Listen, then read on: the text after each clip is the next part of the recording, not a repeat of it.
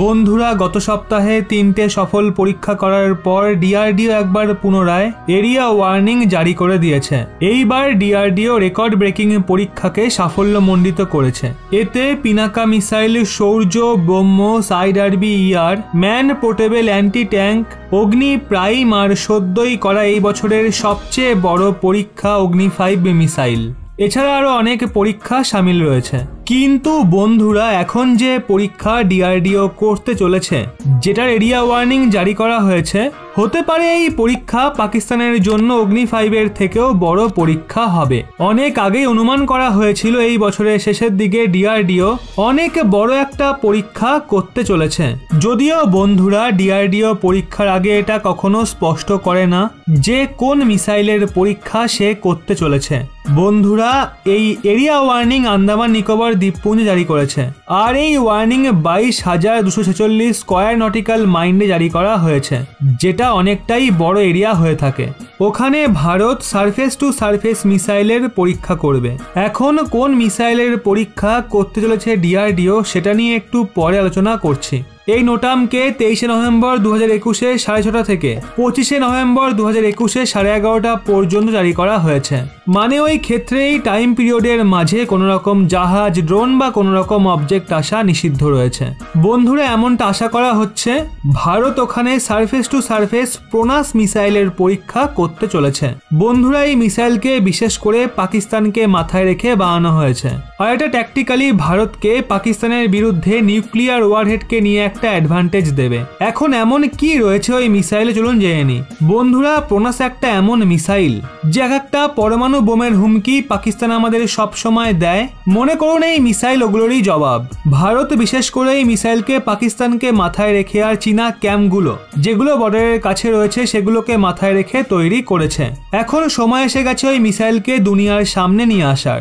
বন্ধুরা, ভারত তো এমনিতেই 2020-তে এটা অফিসিয়ালি অ্যানাউন্স করেছিল যে তারা একটা ট্যাকটিক্যালি ব্যালিস্টিক মিসাইলকে বানাচ্ছে, যেটার নাম তারা প্রোনাস রেখেছে।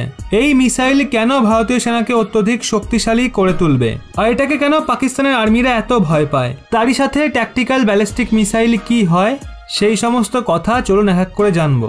বন্ধুরা, হতে পারে আপনি এটা ভাবছেন, ভারতের কাছে যখন অগ্নি মিসাইলের সিরিজ, পৃথিবী মিসাইল, আকাশ মিসাইল আর ব্রহ্মোসের মতো মিসাইল রয়েছে, তাহলে ভারত কেন প্রোনাস মিসাইলকে ডেভেলপ করেছে?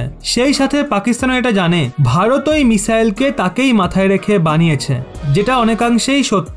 আসলে ডিআরডিও 2020-তেই দুনিয়াকে তার ট্যাকটিক্যাল মিসাইলের ব্যাপারে বলে দিয়েছিল। প্রোনাস মিসাইলের রেঞ্জ 200 কিলোমিটার পর্যন্ত হবে, আর এটা একটা CRBM ব্যালিস্টিক মিসাইল হবে। মানে এটা একটা ক্লোজ রেঞ্জের ব্যালিস্টিক মিসাইল হতে চলেছে।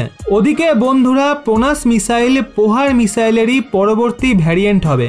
পোহার মিসাইলও একটা ট্যাকটিক্যাল মিসাইল, আর এর রেঞ্জ প্রায় 150 কিলোমিটার। পোহার মিসাইলের বিশেষত্ব হলো এটাকে যে কোনো জায়গায় সহজেই নিয়ে যাওয়া যায় ও 2-3 মিনিটের মধ্যে এটা লঞ্চ হওয়ার জন্য তৈরিও হয়ে যায়। ট্যাকটিক্যাল মিসাইল যে কোনো দেশের জন্য কেন এত গুরুত্বপূর্ণ সেটা আপনি এর মাধ্যমে আন্দাজ করতে পারবেন।